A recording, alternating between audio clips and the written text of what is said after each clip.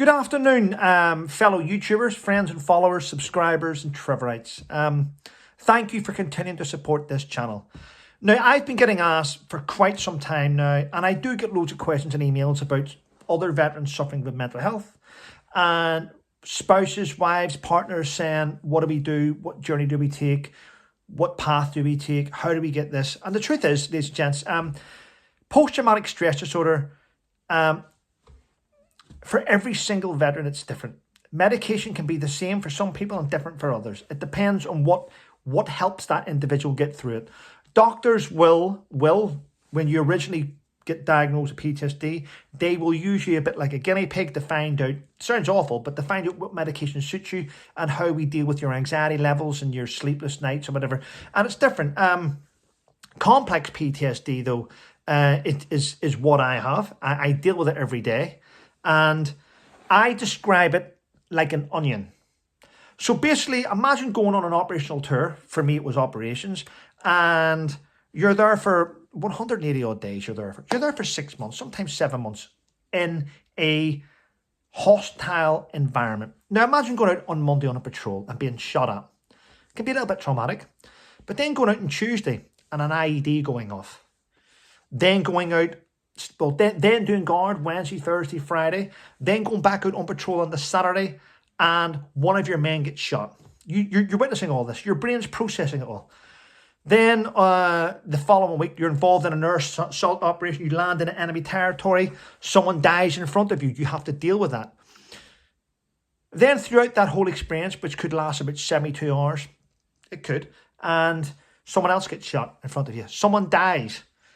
Then the following week, you're out again. One of your men loses his legs in an IED. Then you're out again. A couple of days later, someone gets shot and blown up. This goes on. This is a cycle in your head over a 6 month period where your mind, your body, and your thoughts are being shown traumatic events time and time and time again. And every one is like a layer like an onion, a different layer, a different layer, a different layer. So by the time those 6 months come to an end, you've started off that operational tour believing, yep, if someone gets injured, oh, look, he's bleeding. I'll tell you what I'll do. I'll elevate the wound. I'll apply pressure. We'll put a bandage on. You start off thinking that. By the end of those 6 months, whenever you see someone lose a leg or someone killed, you become numb to it. You just look down and go, it becomes numb. It's an abnormal reaction to a traumatic event. You're not meant to see this, but you've become so layered with that onion, so many layers of trauma that it's difficult now for someone to try and treat you and fix you, because to go through therapy and to go through things that are offered you after it, you're dealing with one event, then you're dealing with another event and another event and another event.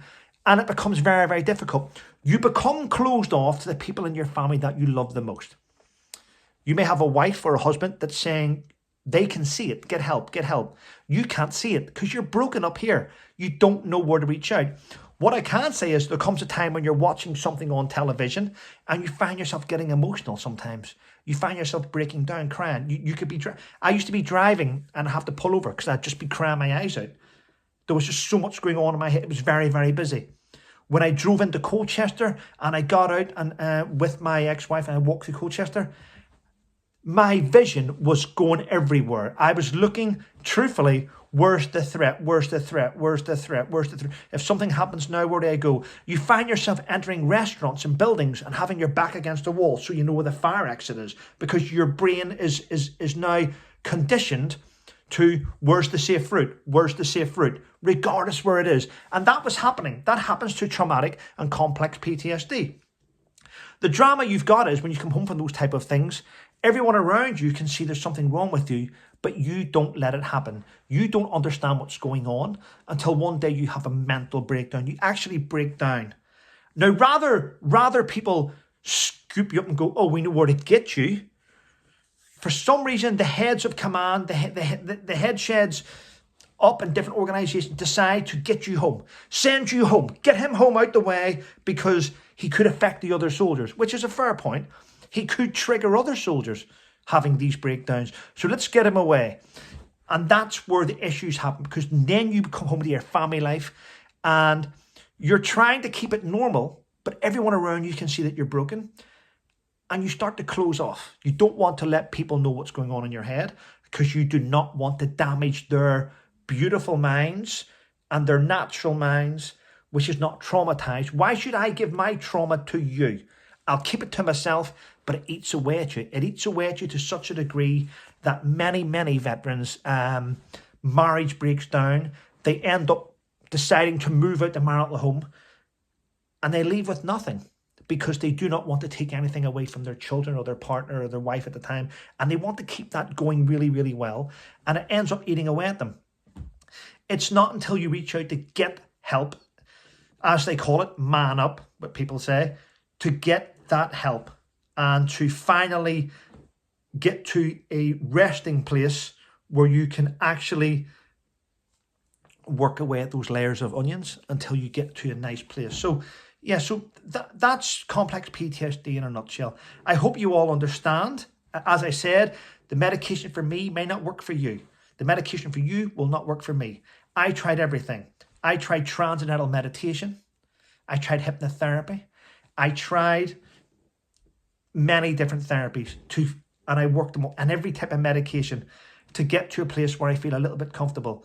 I'm not fixed. I'm far from it. I am not fixed, but I don't hang around with things which could possibly trigger me. And once you understand what triggers you, then you can move forward and have a reasonably comfortable life. Listen, people, thanks for watching. Thanks for supporting my channel. It means a lot. And have a great day.